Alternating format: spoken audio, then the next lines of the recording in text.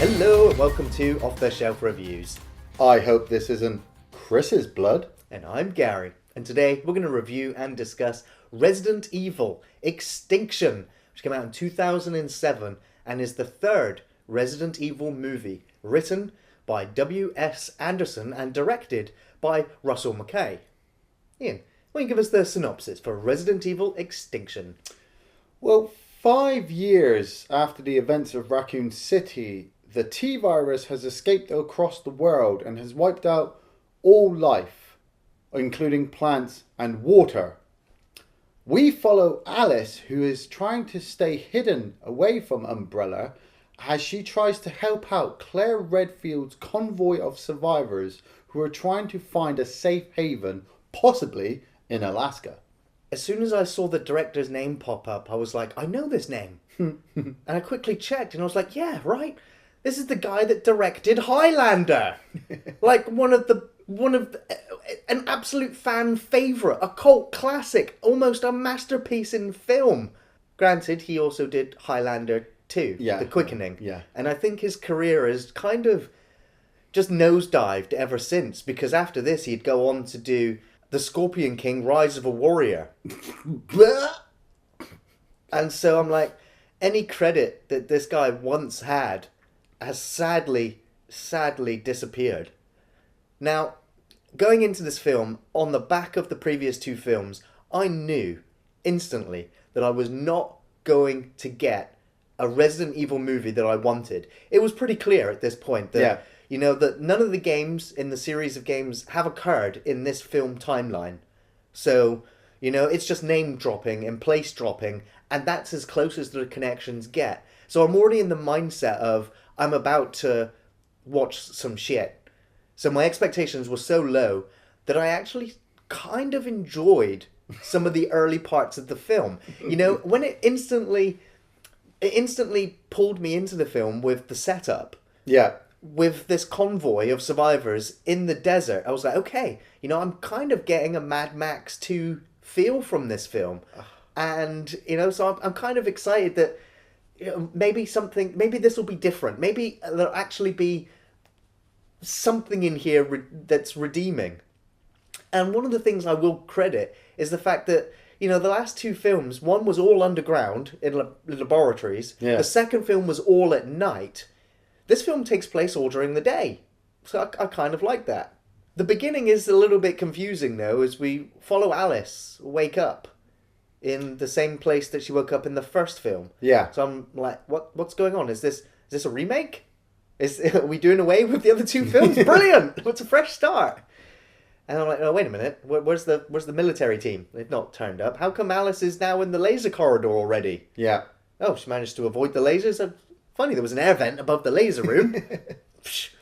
So after she's gone through the laser corridor vent, she ends up in a hallway in a hospital. She pushes the gurney through and watches the trap tear it in half. Yeah, Resident Evil 2. Yeah. And then this little mechanism comes up out of the ground from the umbrella sign and shoots her dead.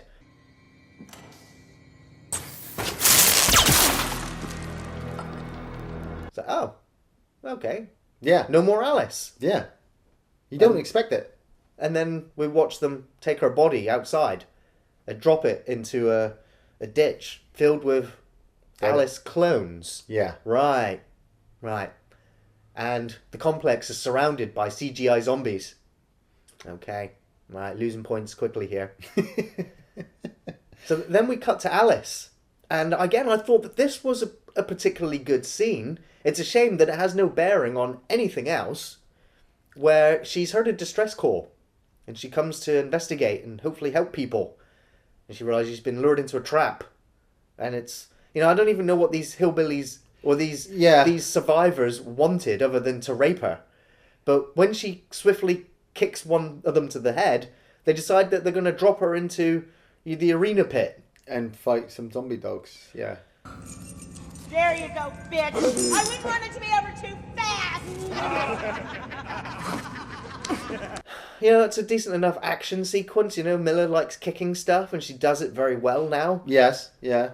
And then I realised, actually, this film has upped the gore and the blood. Because the last two films kind of shied away from it quite a bit. But watching these guys getting torn apart by the Cerberus dogs, I was like, okay, that's decent. You say decent though, like you were fucking enjoying it. Why does she have to construct that whole electrical wire thing with the dogs? Is it just to impress us? Look what I can do. I can tangle all the dogs up and destroy this piece of masonry so I can run up there and the dogs will kill everybody.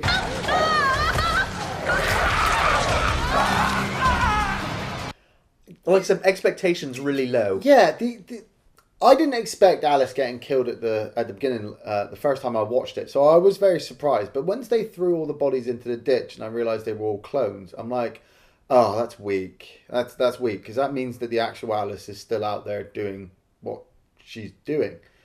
And you've got this complex, and they're just surrounded by zombies. And I'm like, come on, Umbrella, what are you doing? You're just farting around like you did in the first two movies. Well, yeah, we'll just take the zombies upstairs and throw them into a pit because this chain link fence around our base is going to protect us from these millions of zombies, because we've been told that the T-virus has wiped out everything. How does that work? They have that like conference room, and Dr. Isaacs is explaining what the T-virus does. I'm like, this is 5 years after the events of Raccoon City. Yeah. And now Umbrella finally realised what they did. Yeah. Also to the point where they're like, we're using Project Alice's blood to try and make a cure. Without the original Project Alice, progress has been difficult. I've been forced to replicate it using clone genetic models. It's laborious. Then why did you let her go at the end of the second movie? Well, Dr. Isaacs had her blood and was already working on the cloning process, so I guess he figured, don't need Alice anymore. We'll just send her out into the world and we can monitor her with satellites, yeah. This woman is a badass. You've made her into a badass. Yes, okay, granted, Umbrella always fuck up by making a particular bioweapon which turns on them all the time, but... Oh, and at the same time, I also realised that they need Alice to be running around doing all their shit, or they don't have a film franchise. But it's just so... I couldn't believe that they actually decided to have Albert Wesker. Oh my God, yes! He's the main antagonist throughout the games. But all he does in this film is sit there. And he's not even really there. It's just a holographic projection. Yeah. If you're walking into Resident Evil Extinction for the first time, having no idea about the fucking series or anything like that, or haven't played any of the games, and you just see this guy with sunglasses and blonde hair sat there like, Dr. Isaacs, you will do as you're told. I'm just like, why would you even have him in it? Like you said, it's just name dropping. This meeting is adjourned. It's so boring. I don't like the Mad Max aspect of this movie. It's a cop-out. It really fucking is. How do you save on money in a franchise which isn't doing very well already? You just fill the background with sand and have them drive around. It's so easy to do. Guess what a risk is for these survivors? They're gonna run out of fuel. No fucking shit.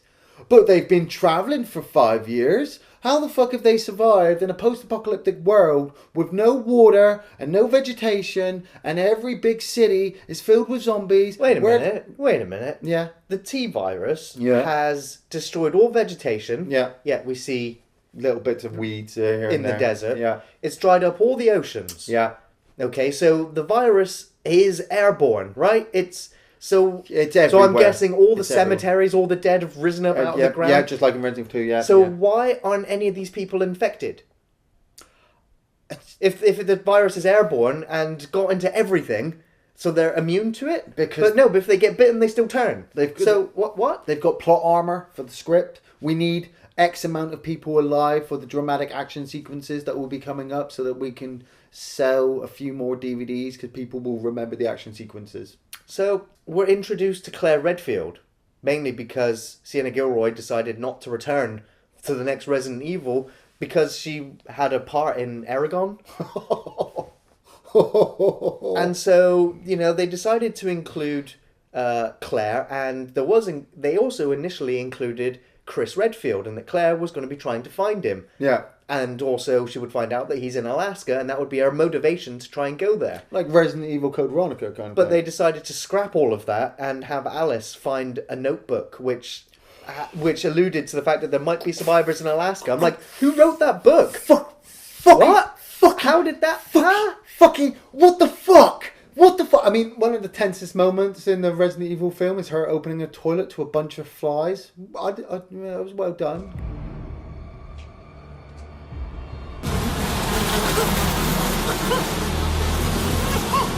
Still, okay, so this person who killed themselves has been listening to reports from Alaska. These guys have been driving around for 5 years and have never come across that kind of information. This person's got like a full-on diary. It's such a fucking easy cop-out with Alice flicking through the pages. Like, her life will be so much better, you know, or she gets away from fucking Umbrella and she can live a normal life and have children and a white picket fence. Oh, fuck off. So why is Alice not with the convoy and with the other survivors like she was at the end of the last film? Maybe it was because Umbrella had control of her. And wait a minute. No explanation as to where Jill Valentine even went. Nope. And where the fuck did Angela Ashford go? She's not even mentioned. Nope. Like, this girl that you rescued, that was the whole point of the last film, gone. Now, originally, it was written into the script that she was killed off by Umbrella soldiers in an attempt to get her back. In the novelization, I think it is, Alice killed her whilst being manipulated and controlled by Umbrella. And that's also not in the film. There's just no explanation given in the film. No, it's just so easily dropped. Like, Carlos just turns to Alice and says, where did you go? And Alice says, well, I knew I was being tracked by Umbrella satellites, so I left you guys because I was a risk to you, broke into a facility, found out all the coordinates for the satellite, and I've been staying ahead of it this whole time. Except for this moment, in which case there's one right above me now. Yeah, what time is it? It's 12:15. Oh, fuck.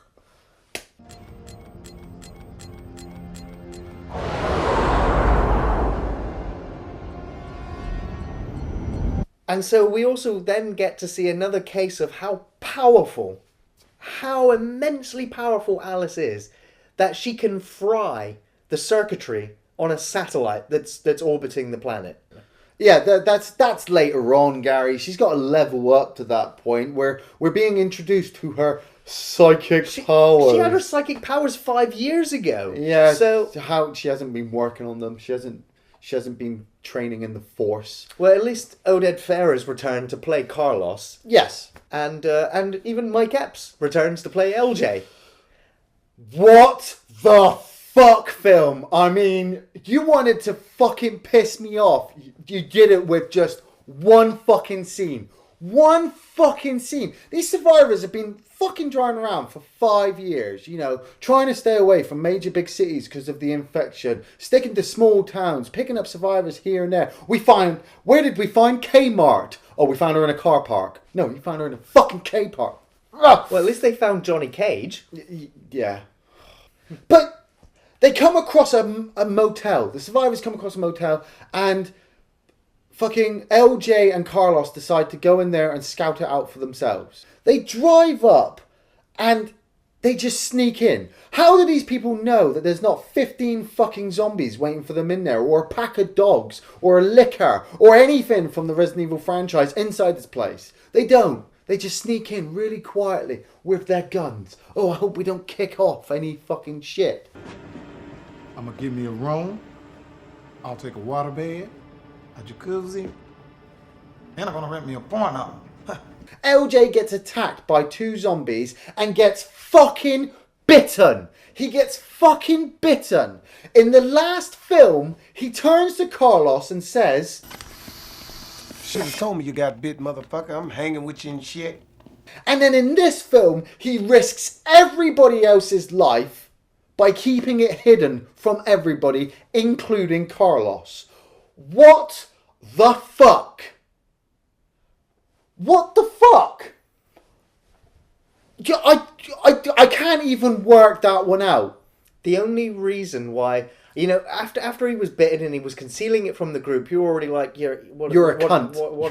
What an absolute twat, And I was like, so maybe he'll have one redeeming thing that he'll do before he zombifies, just something that will help the group, maybe he'll have a sacrifice, because right now he's just a walking punchline. He's the leftover comic relief in a film that doesn't need it. Yeah. So, I was like, well, kill him off quickly and we'll be done with that character. But no, they're keeping him alive. And the fact that he continues almost to the end of the film without even turning, I'm just like, what? Yeah.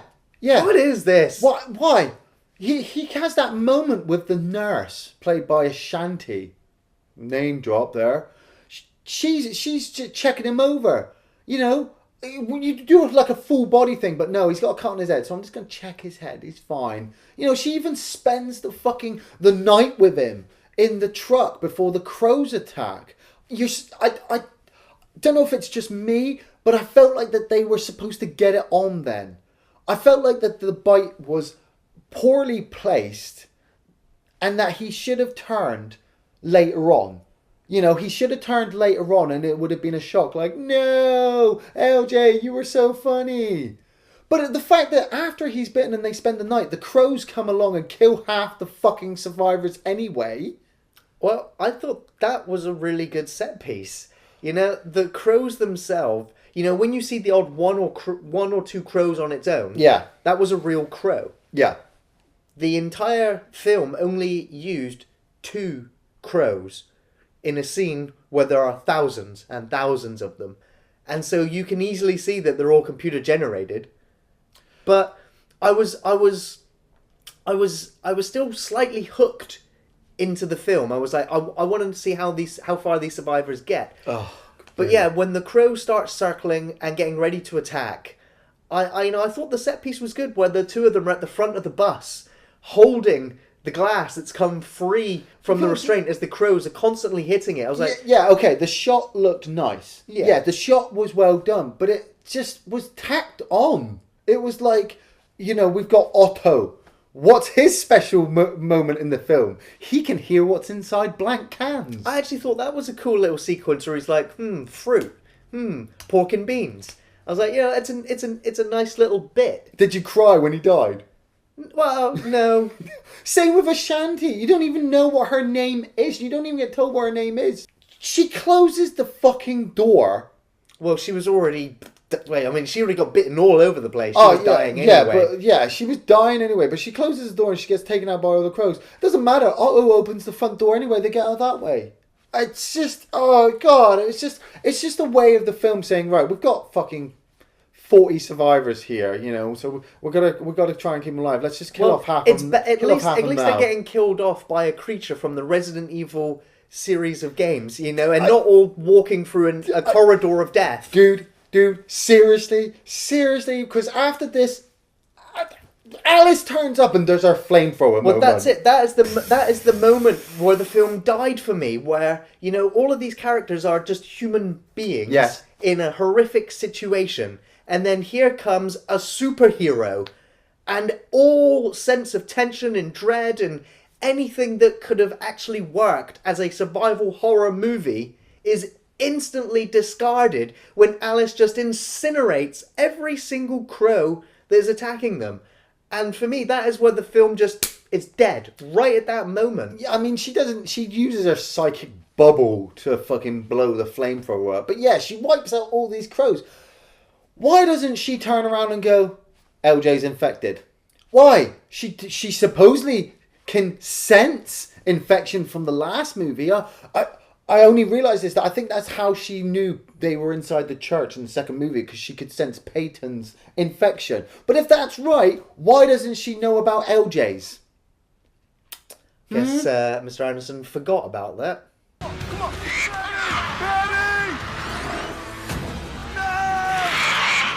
At the same time, we're following Dr. Isaacs in the laboratory in the desert, and he is using Alice's blood, her clone blood, to try to domesticate the zombies outside. What a fucking piece of shit that is. The effect on the zombies is bad. It's just layers and layers of makeup. I mean, I'm supposed to feel scared about them. Are they vampire zombies with the spiky teeth? It for me, this sequence just felt like it was pissing all over George A. Romero's Day of the Dead. Yeah. You know, when we had Bub on the telephone, Yeah. and the first thing they give this zombie is a mobile phone. I was waiting for him to go, "Hello, Aunt Alicia." Yeah. This is amazing. He knows what it is. And then they give him the cube puzzle and he starts putting the right shapes in. But then the zombie gets angry and then just breaks everything and breaks free of his chains. I was like, Umbrella, for fuck's sake. Really? Yeah. And so then we watch Dr. Isaacs go outside and close the door and he's like, "Yeah, sorry, you're not getting out. Yes, You failed me." I'm going to make an army of super feral zombies. You know, the way they treat their scientists how is this company still going? Yeah. And here's another thing. I just realised that at the beginning of the film, they set up this Alice clone in the environment that original Alice woke up. Yeah. If Umbrella didn't know anything that went on in there and they had to send in a team to find out what happened there, how the fuck did they manage to set this up identically to how the mansion was? That's it. I could only figure out that they must have been able to read Alice's memories to know that the very first thing she did once she got into that corridor was to see the wedding picture and remember Spence. That's the only way I could think that. So how many of these red dresses have they got? They've also got a seamstress in there as well. Yeah. It boggles the fucking mind. They don't even know. Umbrella or whoever was writing Umbrella just didn't even realize how stupid they were making the company look. The fact that the new computer, she's not the Red Queen because she's got black hair, so I call her the Black Queen. So it's been 5 years since the apocalypse, and so I guess Umbrella have been really working on the holographic technology. Yeah. We've got nothing else to do. Way to prioritise, guys.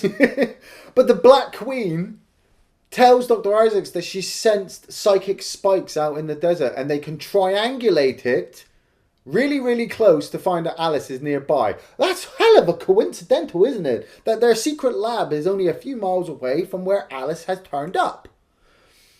And it's the way that she basically says to Dr. Isaacs, "Yeah, we haven't had any information like this since Alice escaped."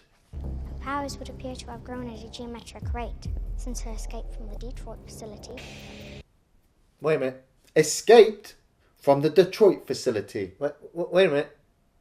They let her go. Yeah, you fucking let her go.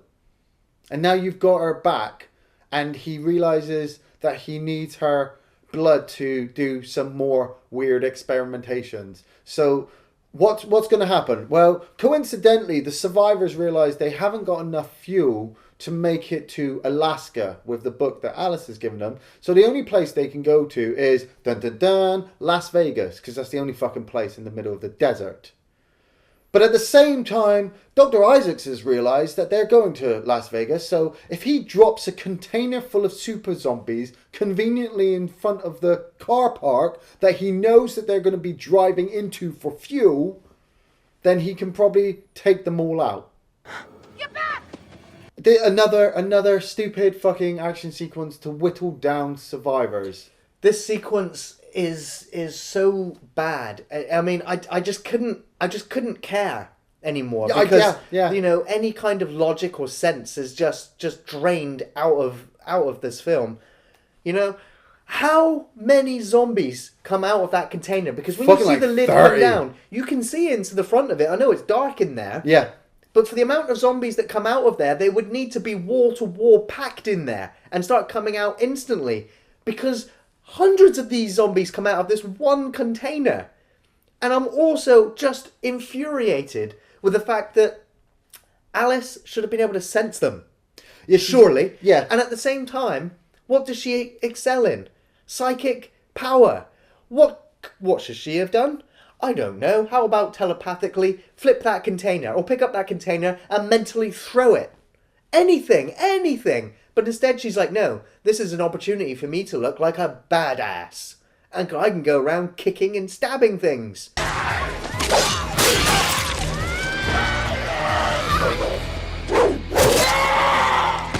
That's what people have paid for. They don't actually want to see any sense or logic. It's quite gory.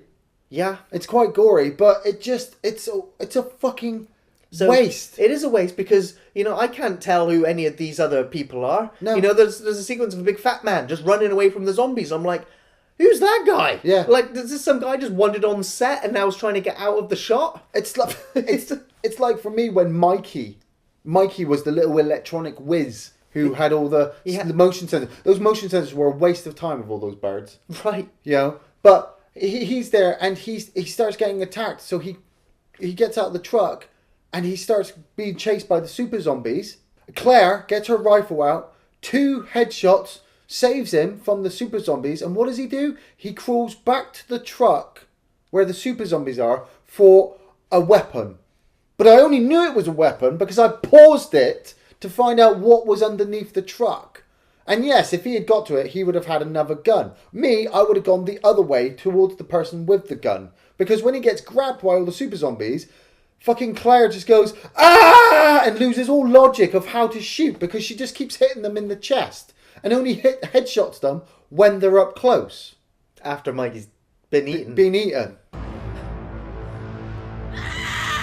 Carlos is at least competently going around and kicking a bit of ass. But it's a whole bit where he's underneath the truck.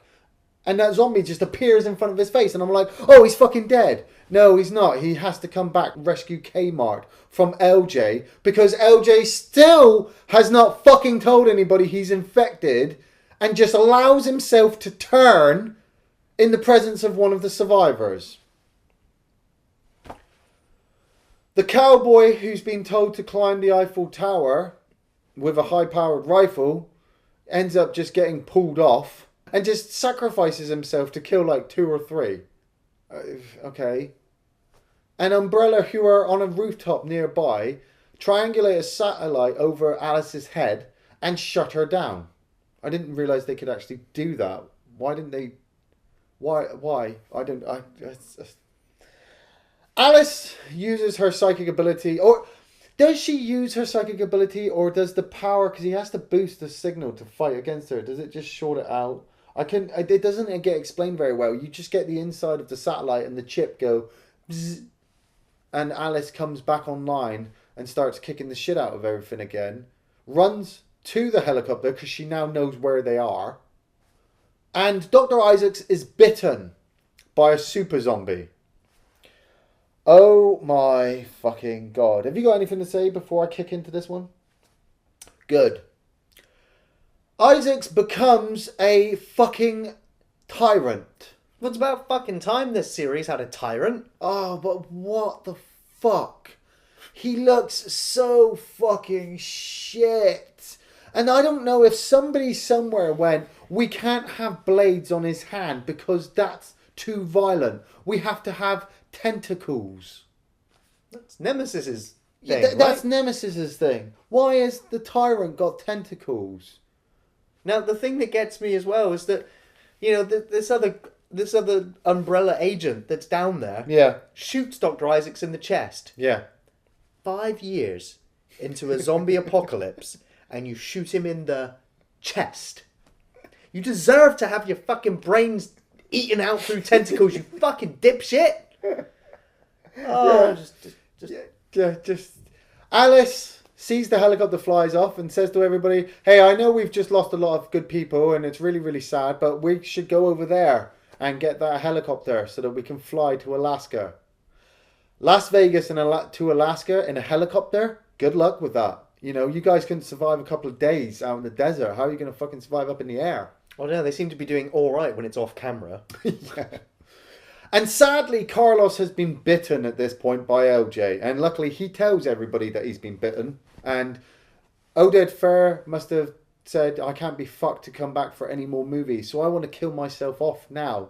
And does a heroic sacrifice, I suppose. He drives the truck to the front of the Umbrella facility and detonates it with himself in it. Again, I'm sat there and I'm thinking, surely Alice could have just mentally thrown that gas truck at the zombies You know, he didn't need to drive in there. She could have done that. Why does she kiss him? I mean, were they supposed to be building up some kind of relationship? Right, there was that one moment when they're driving along and you watch Alice look over at Carlos and then back at the road, and then Carlos looks back at her and then back at the road, and they're both smiling, and it's like, that's it. That's all the build-up. Yeah.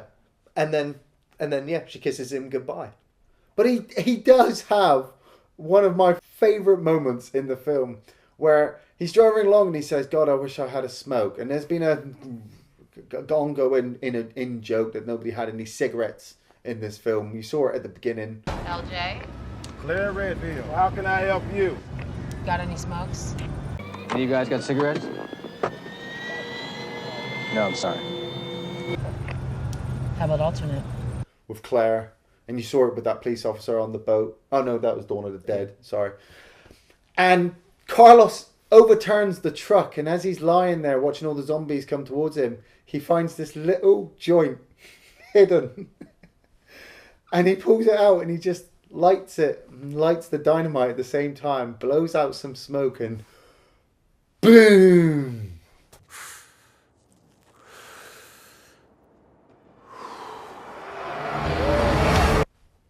That's probably where it ends for me, the rest of this film, because Alice just runs with it. She gets everybody onto the helicopter and waves goodbye. Bye! See you in the next movie! See you later! Maybe she didn't get on the helicopter because, you know, not only does she want to kill the tyrant, but she doesn't like helicopters after the last movie. But she goes down into the facility and the Black Queen says to her, like, I've kept Dr. Isaacs locked in the lower levels, but I can't keep him down there for very long. Right, okay. Thanks for that. But you want Alice to go and kill him. Yeah, because she's the only one who can. And we get this god-awful fight sequence. And you thought the Nemesis fight sequence was bad? This one's got worse with CGI. They start throwing each other around telepathically or using force pushes or psi beams, or I don't know. Yeah, he can roar like a shockwave blast.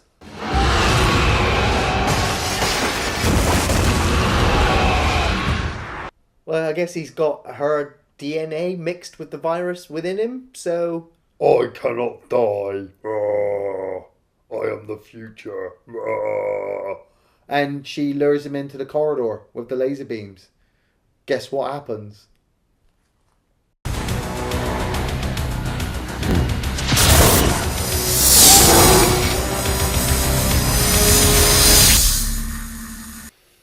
Alice, after she's fucking killed everything, calls up Wesker. Hey, Wesker, I'm coming for you. And I've got an army with me because there's more naked Milla Jovoviches here than the fucking Fifth Element convention. Got lost for words. Just the fucking absurdity, you know? The disaster that was that climactic battle. Just couldn't wait for it to be over. Like I said, the film ended for me when Alice turned up and killed all the crows. And so, you know, then on, it's just a series of events that I'm just going, why?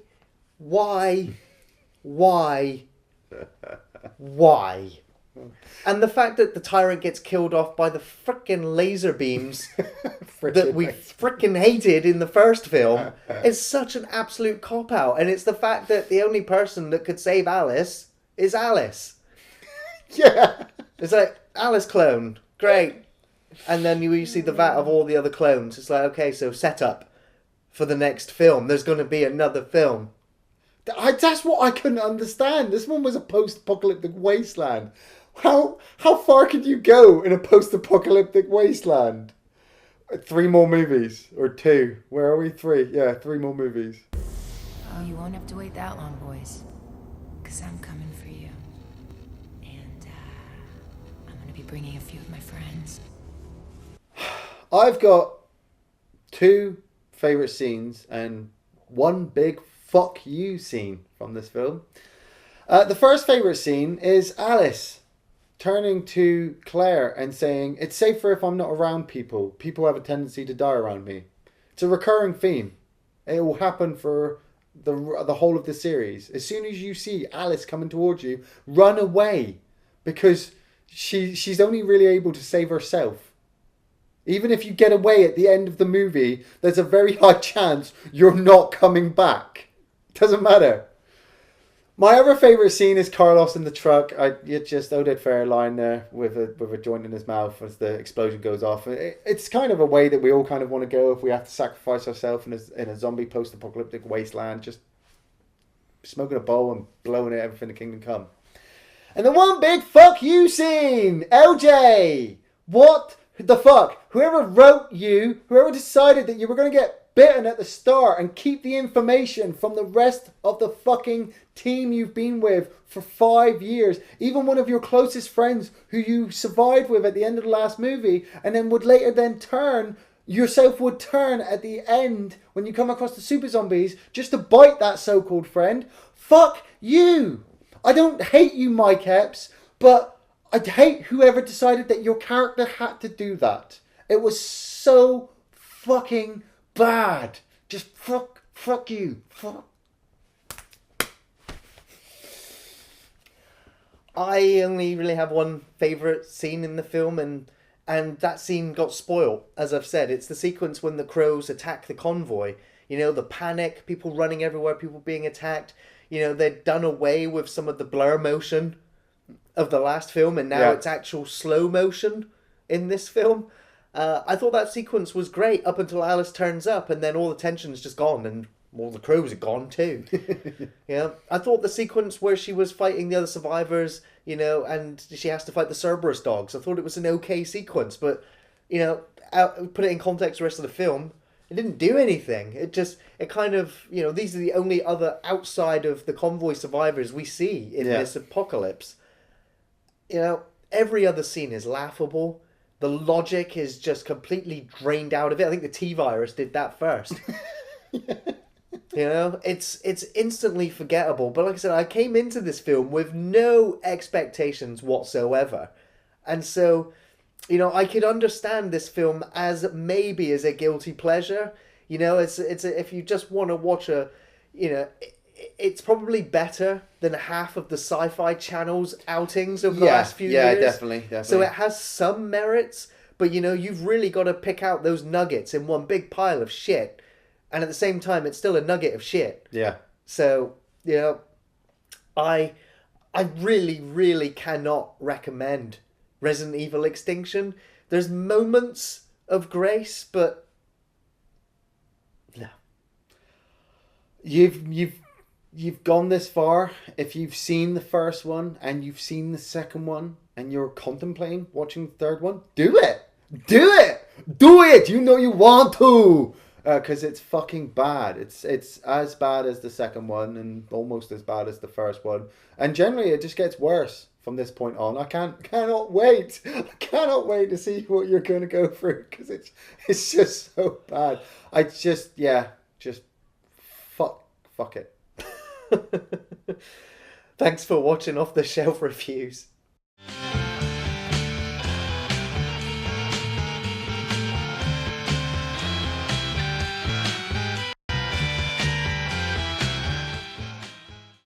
Sorry about this, Stevie.